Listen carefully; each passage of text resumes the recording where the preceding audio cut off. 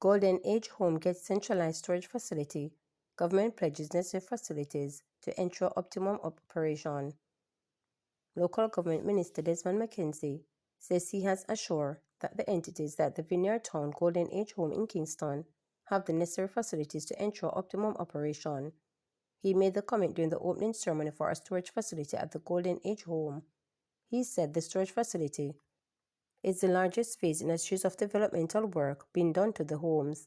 Meanwhile, Mayor of Kingston Andrew Swaby described the addition of the storage facility as an act of vision.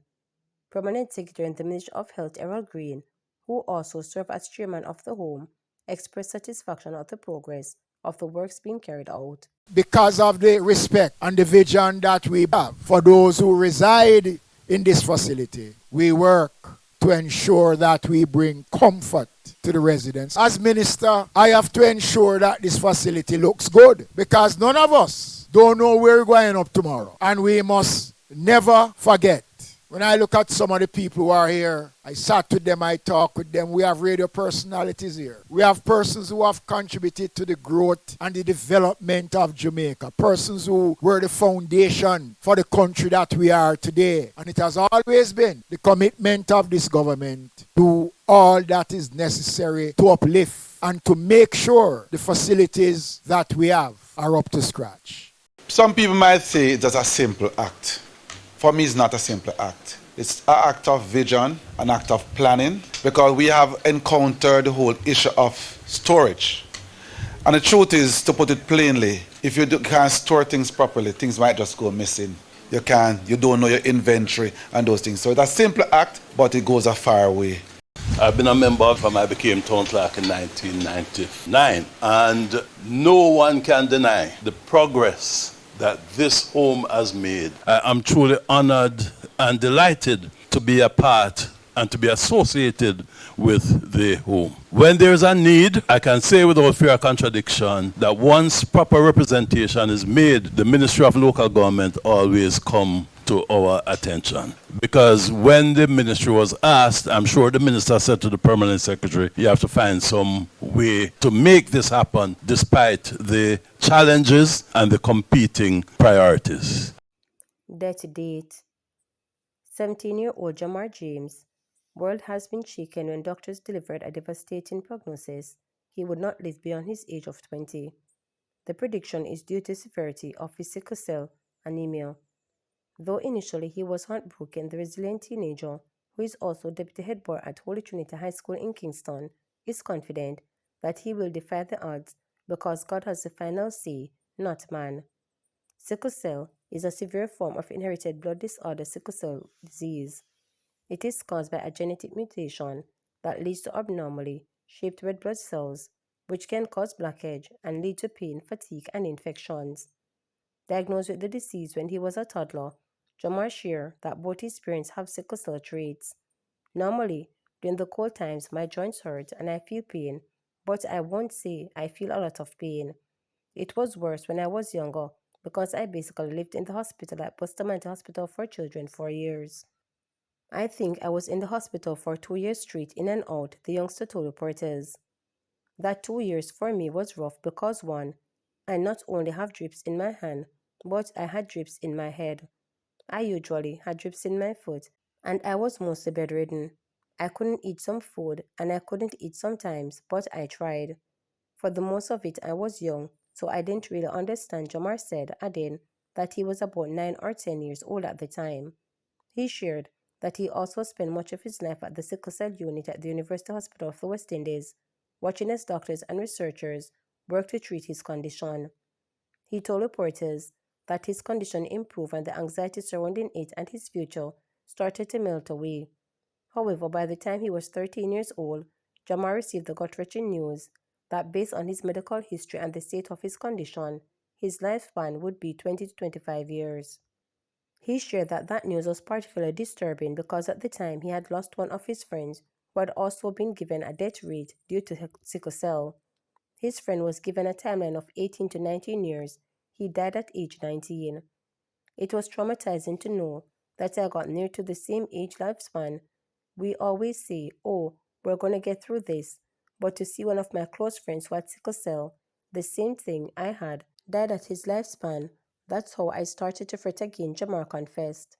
When my friend died, I was admitted to the hospital for 2 weeks, and the doctor said I couldn't leave. And my mother said, let's just take the chance and see how I would do at home. I did take that chance and I was good at home, he recounted. Jamar shared that after experiencing the pain of his friend's passing, coupled with his own prognosis, he decided to shift gear and focus on the positive things in life. He told reporters that while his condition has improved, there are still moments when he finds himself thinking about the timeline that they have given him. The 17-year-old said that while at the University Hospital of the West Indies recently, he decided to create a video for his social media page. However, he was soon overcome with emotion when he had a flashback of his younger days at the sickle cell unit at the Mon Hospital and was reminded of his prognosis. Jamar shared that though it was a very vulnerable moment, he still decided to share on social media to remind people about sickle cell anemia who might have been given a death rate that they are not alone. When I was younger, I usually allow it to affect me a lot. I look back on that and say, it's not something for me to worry about because it doesn't affect me how it usually affects me back then, he reasoned. The youngster said that while he knows people with sickle cell anemia have passed away, he is aware that there are some who have the disease and live well beyond their expected lifespan, and that motivates him to live life to the fullest. People don't have the last say. God always has the last say. God is always the last man standing. Who has the last say, stated Jamar. I was given a lifespan, and I know that with God I can do all things through him who strengthens me. So I'm praying. It's not everything someone says that you should believe, and if it's not everything that someone says negatively, what you actually is right. So don't focus on the negative part. Focus on the positive, the teenager encouraged. While his outlook on life is more positive now, the 17-year-old shared that, in hindsight, he doesn't think it was in his best interest to know about the predicted timeline on his life. I feel like they could have let our parents know, but I'm a child and I don't feel like letting me know that at that age to give me trauma when I was in school focusing on schoolwork. I don't feel like they should say something like that. They should have not told me. I feel like that's something they should have spoken to my mother about and let my mother know. And if my mother wants to open up to me about it, then yes, he stated. Now the teenager said he is looking forward to a bright future and has great support system including his principal, Reverend Carl Clark, his mother and siblings. Jamar said that due to his frequent hospital visits, he missed a significant portion of school and it was difficult for him to re-enter the education system. That battle was made even more difficult due to what he said was a persistent bullying in his first year of high school because of the way he walked. A creative at heart, the youngster shared that he is an aspiring model who often watches shows on modeling to cope with his reality. Starting 7th grade, I was like, whoa, I don't want to come to Holy Trinity. I felt like I was going to get bullied a lot, and I did actually get bullied a lot. I used to have to go by the dean when students over me so the other students could leave the compound and the path is clear, where I would normally leave and go home, stated Jamar. When I got in 8th grade, I repeated, and I was going to be in the class with a new student, so I said it was my time to shine and my time to actually focus, and I did what it took, he recalled. Through the help of his principal, he got more involved in school activities to create a more positive atmosphere on the campus. His involvement in school also became a good way to cope and keep his mind off his medical condition. Jamar said he became a monitor by 8th grade, transitioned to Students' Council representative the following year, and the Student Council Public Relations Officer in grade 10 as the designated photographer. He added that he continued his public relations role in grade 11, which was when he was interviewed to be the deputy head boy for the school. From then until now, every time something is keeping at the school and they want photographs, I'm the first person they call. If I am at home, they are calling me to let me know that I have to come to school to take photos, he said, laughing. His mother, Karen White, shared that as a single parent, it was often difficult for her to keep up with visits to the sickle cell unit, the cost of health care, the tend to her other 4 children, especially when Jamar was younger and his condition was more severe. She shared that her first child has the sickle cell trait, but Jamar, her fourth child, is the only one who has the full-blown disease. For now, I am okay. I thank God that he hasn't been in critical condition for a while.